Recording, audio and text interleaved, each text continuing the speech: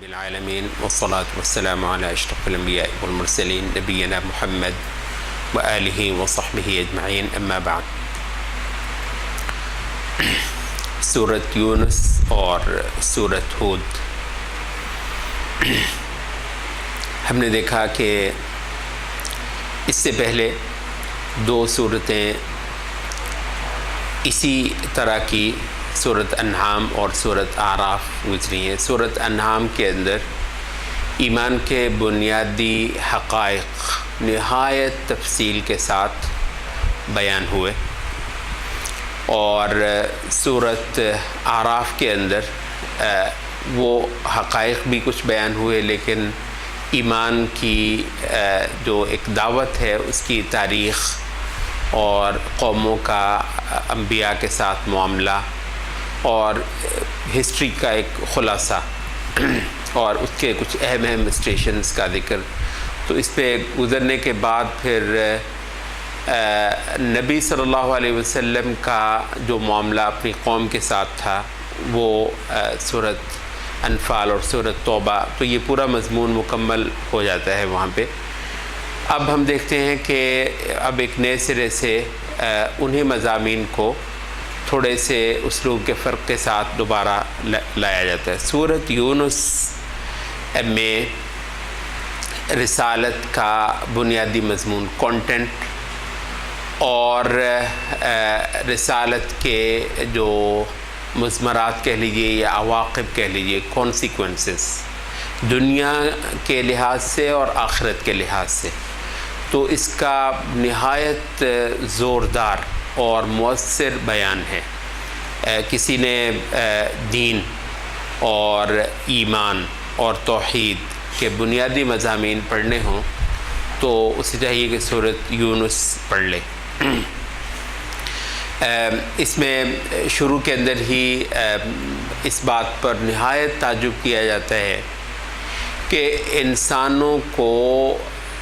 ہدایت دی گئی رسول کے ذریعے سے، تو اس پر لوگ حیران پریشان ہیں کہ بھئی یہ کیا ہو گیا، یعنی حیران ہوتے تو اس بات پر کہ جس نے یہ دنیا بنائی ہے اس نے کبھی رابطہ نہ کیا ہوتا آپ کے ساتھ، کبھی اس نے انسان کو وہ جو مسنگ لنکس ہیں ان کے بارے میں کوئی خبر نہ دی ہوتی۔ آپ تصور کر لیں کہ ایسا اندھیرا ہے، خلا کیا ہے، اندھیرا ہی اندھیرا، اتنی بڑی ہے اور اتنی ڈراؤنی ہے اور اتنی وسیع ہے، جہاں مطلب آپ دیکھتے رہ جاتے ہیں اور کوئی چیز آپ کے پلے نہیں پڑتی ہے۔ یہ آپ کا خیال ہے کہ آپ تحقیقات کریں گے اور پتہ نہیں کہاں کہاں پہنچ کر پتہ نہیں کیا کیا کچھ کرتے رہیے، ابھی تک آپ نے بہت کچھ کر بھی لیا، لیکن کوئی جو انسان کے جو بڑے سوالات ہیں اس کائنات کے بارے میں اور اپنے وجود کے بارے میں، اس میں سے کسی ایک کا جواب بھی ابھی تک اس کے ہاتھ نہیں آیا۔ تو وہ جوابات جو ہیں وہ انسانوں کو رسالت کے ذریعے سے مہیا کیے گئے ہیں، اور اس پر جو بات کی جاتی ہے وہ یہ ہے کہ تم ذرا غور سے اس کائنات کو دیکھو ضرور، اور ذرا پتہ کرو کہ اس کائنات کا بادشاہ، اس کائنات کا مالک اور اس کا پیدا کرنے والا کتنی قدرتوں اور قوتوں کا مالک ہے۔ سورج کی طرف کو دیکھنے کا، چاند کی طرف کو دیکھنے کا، یہ روشنی، یہ دن اور رات کا فرق، اور یہ کائنات کی پوری جو ایک وحدت ہے اور اس کی چیزیں جڑی ہوئی حیرت انگیز طور پر، اور اس کے جو فنکشنز ہیں وہ ایک دوسرے کے ساتھ ملے ہوئے اور ان کے اندر رنگا رنگ، یہ اس کا ایک اچھا اکاؤنٹ جو ہے سورۃ یونس میں بالکل ابتدا کے اندر ہی دیا جاتا ہے۔ اس کے بعد پھر بتایا جاتا ہے کہ ان سارے کچھ کو دیکھنے کے بعد ایک انسانوں کی ایک بڑی تعداد ایسی ہے کہ جن کو اس کائنات کے مالک سے ملنے کی کوئی آس نہیں ہے، کوئی خواہش، کوئی شوق، کوئی ان کے اندر اس کے لیے امنگ کہ کبھی ایسا ہو کہ اس کائنات کے خالق کے ساتھ ملاقات کی۔ آپ ذرا تصور کر لیں، ویسے ہم ظاہر ہے بہت مختصر وقت ہوتا ہے ہمارے پاس، ہمیں تفصیل میں جانے کی گنجائش نہیں ہوتی، اگر کہیں یہ اندازہ ہو جائے ان کو یہ کہ جناب مریخ پر کوئی مخلوق ہے، کتنا ایکسائٹ ہوں گے کہ چلیں یار دیکھتے ان سے ملتے ہیں، ہم کوئی شعور والی مخلوق ہے مطلب ادھر۔ تو اب یہ ہے کہ اس پورے جہان کو اگر کسی نے اس کے سے ملنے کا کوئی شوق ہے، یعنی جس کو کوئی شوق ہے، جس کے اندر کوئی رغبت ہے، اس کو تو بے شمار سرے مل جاتے ہیں انبیاء کے ذریعے سے۔ تو کہا کہ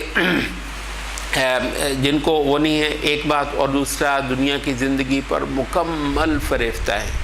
یہی دنیا کی زندگی جو بالکل ڈھلتے سائے جیسی ہے، خود یہ دیکھتے ہیں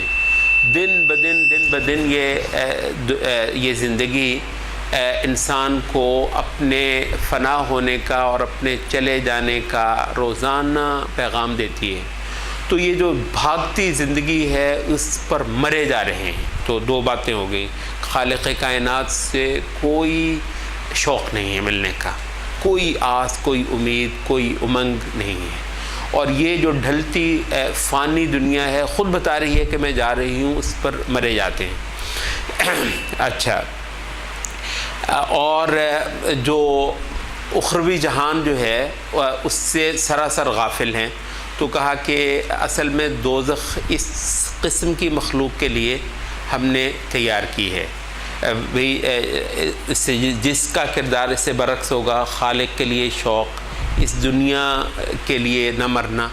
اور آخرت پر نظر لگا کر رکھنا، تو انشاءاللہ العزیز ان کے لیے۔ تو فرمایا کہ ایسے لوگ جو نیک ایمان اور صالح عمل کا راستہ اختیار کر لیتے ہیں،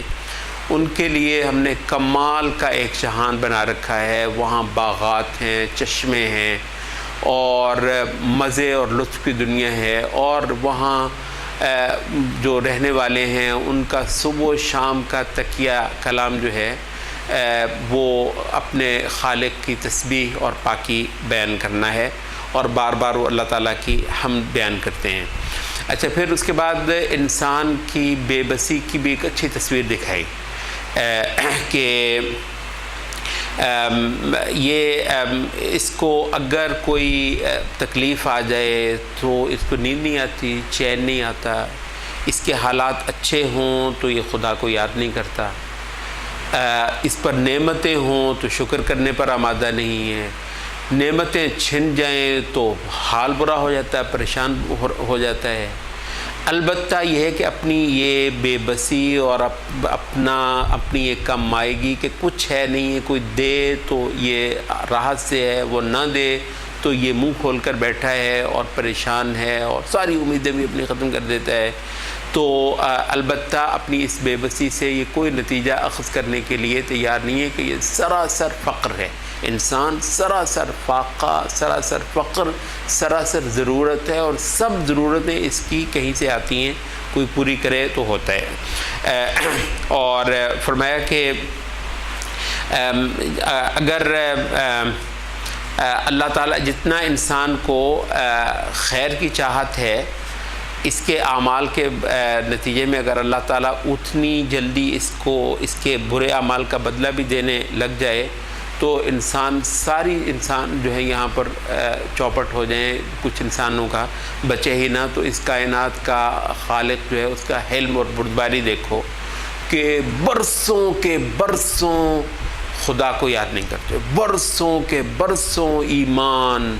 اسلام، بندگی، اطاعت، توبہ، کوئی اور وہ دیے جا رہا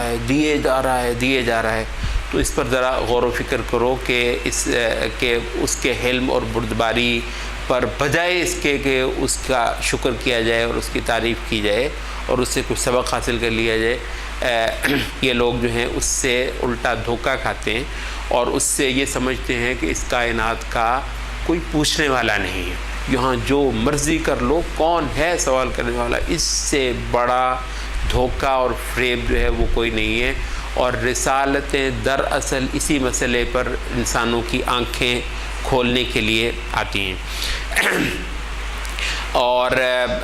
یہاں پر جو ہے یہ قرآن مجید کیونکہ انسان کو اس طریقے سے خدا سے ڈراتا ہے اور اس کی زندگی میں ایک مکمل تبدیلی کا ایک تقاضا اس کے سامنے رکھتا ہے، پڑھ لے صحیح اس قرآن مجید کو، ناممکن ہے کہ اپنی زندگی کو سراسر تبدیل کر دینے کا وہ ایک مطالبہ جو ہے بار بار اپنے سامنے رکھے اور اس پر سوچے نہیں۔ یہ باپ دادا کا دین، یہ معاشرت ہماری، یہ ہمارا سماج، یہ ہمارے رہن سہن، سب کچھ جو ہے، تو یہ ایک ایسی بات تھی، وہ سارے بت معبود، وہ سارے بڑے وڈیرے سب دریا برد، اور یہاں بڑائی خدا کی، یہاں اخلاق، یہاں اعلیٰ کردار، یہاں اونچی آسمانی قدریں۔ تو کیونکہ یہ قرآن مجید ایک سراسر تبدیلی، تو اس وجہ سے یہاں پر اس بات کا بھی ذکر ہوا کہ یہ لوگ آتے ہیں اور نبی صلی اللہ علیہ وسلم سے کہتے ہیں کہ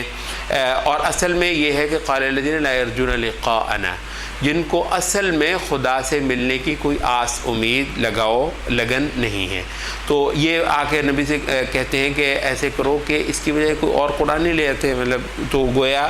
ان کو یہ اپنا ایک اندیا بھی دیتے ہیں کہ ہم اس کے لیے کوئی دلچسپی ظاہر کر سکتے ہیں، لیکن یہ ہے کہ کوئی قرآن مجید جو ہے نا کوئی اور لے آؤ یا اسی کو کچھ تبدیل کر دو۔ تو یہاں پر نبی صلی اللہ علیہ وسلم کو جو استقامت کا سبق جو ہے وہ دیا جاتا ہے کہ ان سے کہہ دو کہ یہ میرا اختیار نہیں ہے، اور بلکہ یہاں یہ ایک بات بھی کی جاتی ہے کہ تم ذرا ان سے کہو کہ کچھ یہی سوچ لو، 40 سال تک میں یہی تو رہا پڑھتا تھا میں یہ قرآن، یہ تو ایک چیز ہے جو مجھ پر اتری، اس پر غور کرنے کی کوشش کرو، سوچو کہ میں اتنی دیر تمہارے اندر رہا ہوں، میں نے کبھی یہ باتیں نہیں کی ہیں،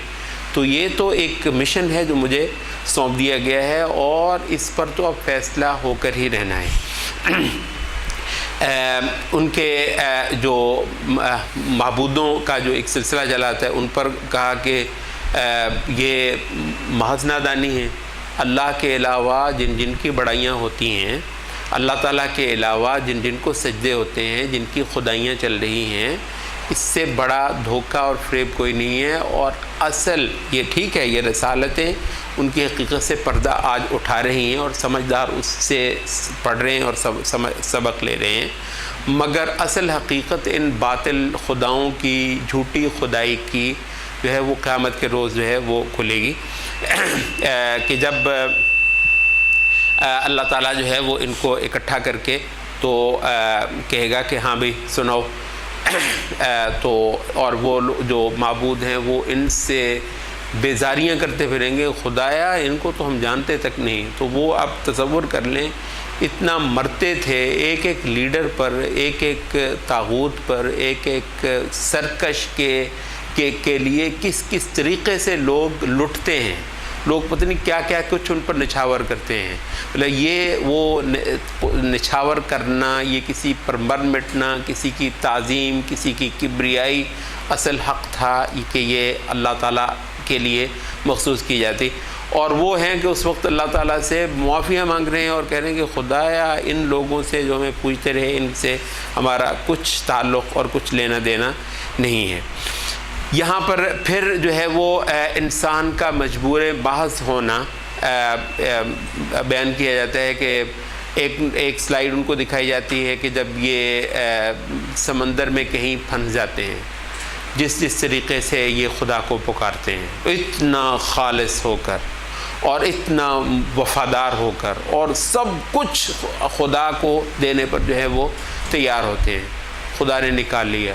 مطلب یہ مر گئے ہوتے تو مر گئے ہوتے، جانیں چھوٹ دی، بچ گئے تو پھر خدا کی مطلب تو یہ ہے کہ یہ ایک مصیبت کے وقت جو ہے وہ اپنی بپتا پڑی ہے تو خدا کی تعظیم ہو گئی ہے۔ یہ البتہ جو موحدین ہیں یہ کون لوگ ہیں، یہ ان کو دور دور مصیبت نظر نہ آتی اور نعمتوں میں لوٹ رہے ہوتے ہیں، تو یہاں یہ خدا کو سجدے، تو یہ جو ہے اللہ تعالیٰ کو خوشی غمی میں، آسانی اور تنگی کے اندر اللہ تعالیٰ کی عبادت کرنا، تو یہ کردار جو ہے یہ انسان کو سمجھایا جا رہا ہے۔ اس کے ساتھ پھر دنیا کی حقیقت دکھائی بہت ہی خوبصورت انداز میں کہ مطلب تم ذرا یہ دیکھو کہ جب یہ دنیا کی مثال، آسمان سے پانی برسا، کھیتیاں پھوٹ پڑی، لہلہانے لگا، سبزہ ہی سبزہ جو ہے وہ ہو گیا اور اتنے پھل لگ گئے کہ اس کے مالکوں نے کہا کہ یہ تو اب چند دنوں کی بات ہے اور اتنا جو ہے غلہ اور اناج اور ساری محنت کا جو پھل جو ہے وہ ہمارے گھر آیا چاہتا ہے، تو کیا دیکھتے ہیں کہ کوئی آفت آئی اور اس نے سب کا ستیہ ناش کر دیا۔ تو یہ ہے، آپ ذرا تصور کر لیں ہر انسان دنیا کے اندر کتنی محنت کرتا ہے، یعنی اور خاص طور پر آج کا انسان، وہ بیچارہ بچہ ابھی 3 سال کا ہوتا ہے، اس 3 سال کی کمبختی آ جاتی ہے، وہ جناب چلو بھائی جاؤ شاباش بیٹا، وہ اسکول، پھر اس کے بعد اس سے مشکل، پھر اس سے مشکل، وہ ایسے پھرکی کی طرح گھومتا ہے، ملا کیا آخر قبر جو ہے، اور وہ جو ہے وہ ساری کی ساری دنیا اتنی ساری محنت کے بعد جو ہے وہ کچھ ہاتھ نہیں آتی ہے۔ تو یہ دنیا جو ہے یہ بالکل ایک ایسی ہے جو فصل پر بڑی ہی محنت کی جائے اور آخر میں کچھ آپ کے ہاتھ نہ آئے۔ تو یہاں پر بہت خوبصورت انداز میں ایک دعوت آتی ہے، واللہ یدعو الی دار السلام۔ دیکھو اللہ باقاعدہ تمہاری دعوت کر رہا ہے دار السلام میں، سلامتی کے گھر میں، لیکن یہ اس کے لیے ہدایت اسی کو دے گا جس کو وہ چاہتا ہے۔ اور یہاں جنت والوں کے کچھ ٹھاٹھ اس کا بھی ذکر ہے، اور آخر دوزخ میں جو لوگ جاتے ہیں ان کا پھر کچھ جو ہے وہ ذکر ہے۔ اس کے بعد پھر اللہ تعالیٰ کی قدرتوں کی طرف پھر کے جی تم ذرا یہ دیکھو کہ یہ جو رزق تم کھاتے ہو، تو کچھ اندازہ کیا ہے کہ رزق پیدا کرنے کا عمل کیسی کاریگری پر قائم ہے؟ اس پر ذرا سوچو اور اندازہ کرو کہ کون ہے اس خدا کے سوا جو تمہیں یہاں سے رزق نکال کر دیتا ہے۔ خود یہ مانیں گے کہ ہاں وہ تو ہے، وہ تو ہے، تو وہ اللہ ہے، تو بھئی وہ اللہ ہے، تو پھر اس کی عبادت، اس کی بندگی، اس کی خدائی، اس پر کیوں نہیں آتے ہو؟ کہا کہ اس کے بعد پھر ان سے یہ پوچھو کہ یہ جو زندگی کی حقیقت ہے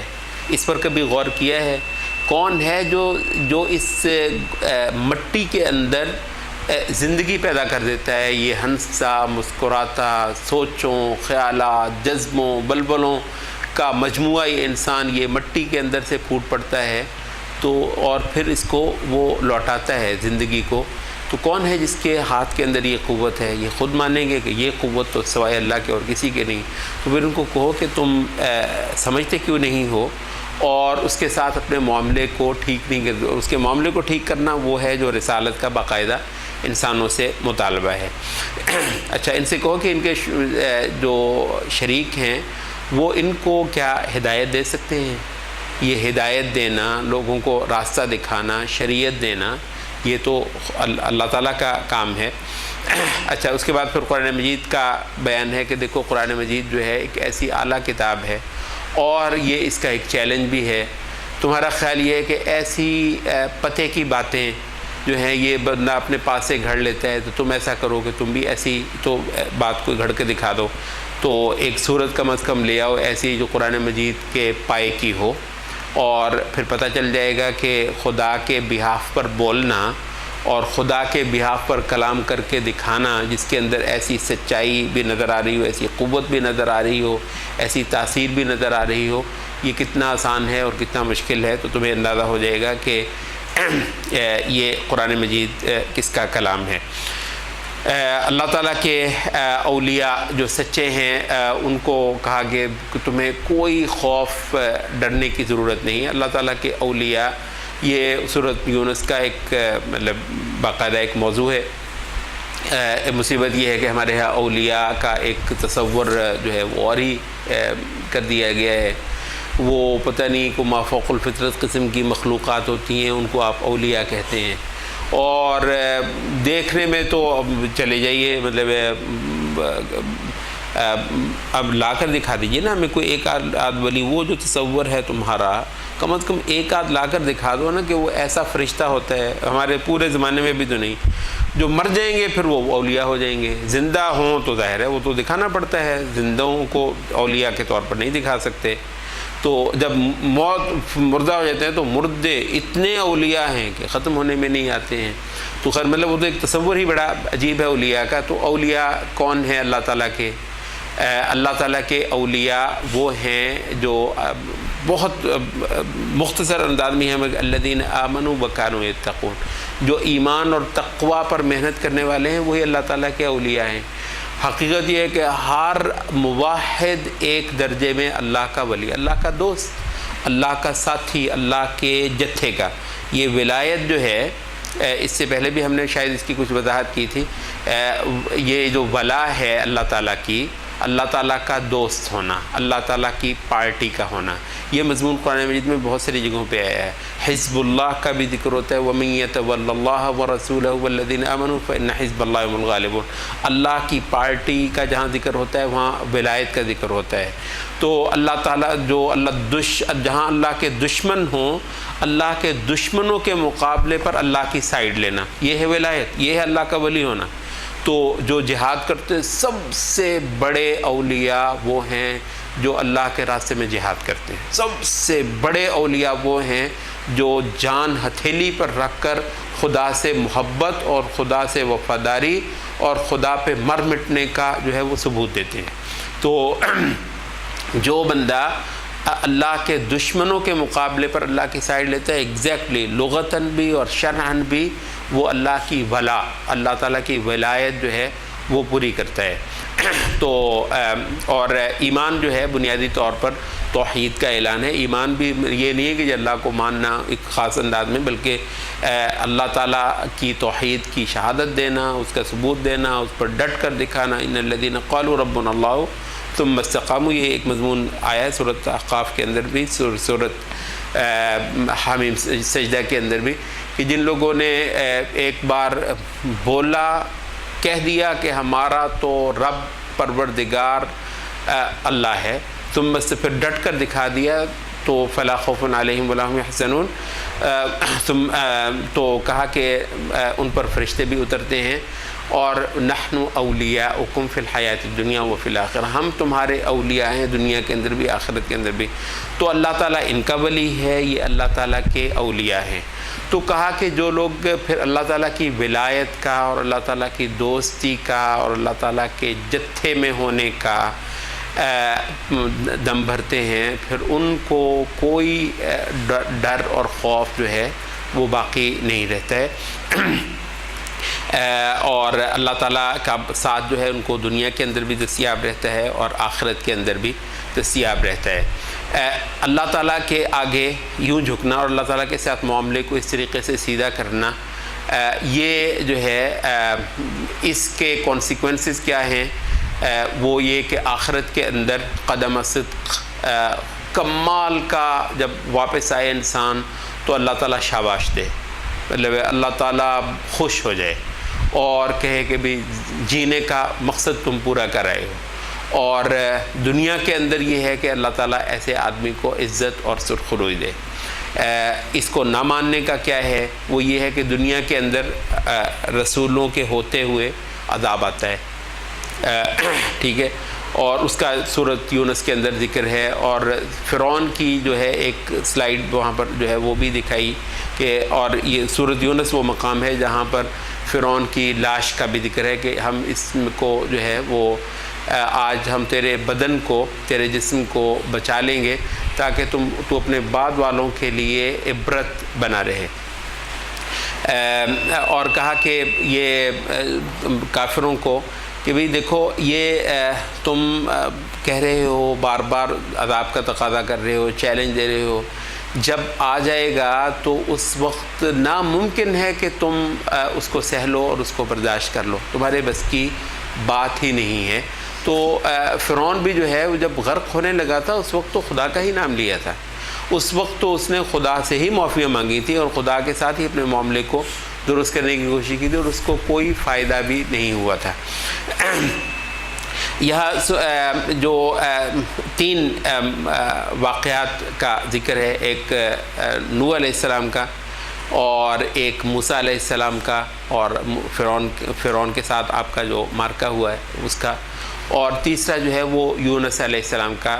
ذکر ہوا ہے۔ یہ تینوں واقعات جو ہیں یہ ایک خاص کانٹیکسٹ میں ذکر آئے ہیں، اور اس میں جو ہے نا ڈٹنا اور استقامت دکھانا۔ نوح علیہ السلام کا بھی جو ہے جو بہت مختصر ذکر ہے وہ آپ کا ڈٹنا، اور موسیٰ علیہ السلام کا بھی جو ذکر ہے وہ بھی یہی ہے کہ ایسا ایسا برا ظلم اور ایسے ایسے حربے جو فرعون کی طرف سے آزمائے گئے، تو اس میں موسیٰ اور آپ کے ساتھ بنی اسرائیل کا ڈٹ کر دکھانا۔ ایک تو یہاں پر یہ ذکر ہوا کہ جب بہت مایوس کن حالات ہوئے تو کوئی موسیٰ علیہ السلام کے ساتھ کھڑا ہونے اور موسیٰ علیہ السلام کا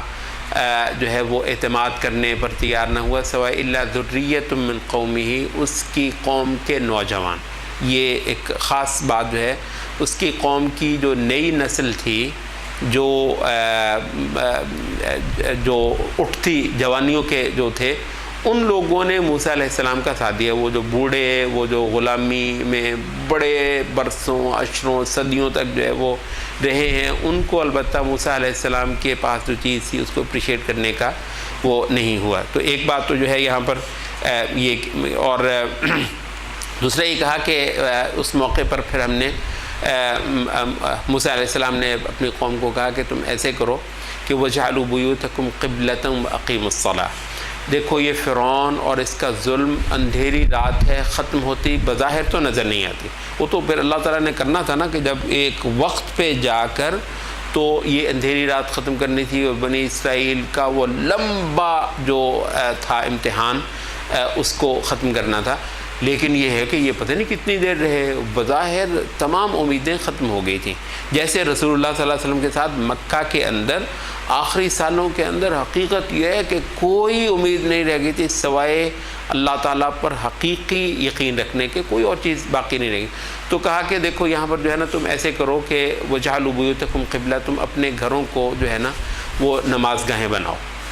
اپنے یہ محلوں کے اندر جو، کیونکہ ان کے لیے ممکن نہیں تھا کہ بڑے بڑے اجتماعات کرتے، بڑے بڑے جو ہیں وہ مسجدیں بناتے بنی اسرائیل، فرعون ان کو، تو وہ یہ ہے کہ چھوٹے چھوٹے گھروں کے اندر مل کر تو تم جو ہے نا عبادت کرو، اور عبادت سے متعلقہ جو تواصی بالحق اور تواصی بالصبر ہوتی ہے، تلقین ہوتی ہے، ڈٹ کر رہنا، ایمان کے فرائض جو ہیں ایسے برے حالات کے اندر ان پر صبر اور استقامت۔ تو کہا کہ یہ تم ایسے کرو کہ اپنے اپنے گھروں کو، اپنے اپنے محلوں کے اندر جو ہے تم ایسے مراکز، ایسے عبادت خانے جو ہے بنا لو، گھروں کو ہی۔ تو یہ، اور یہ ایک حقیقت ہے کہ یہ وہ تمام ممالک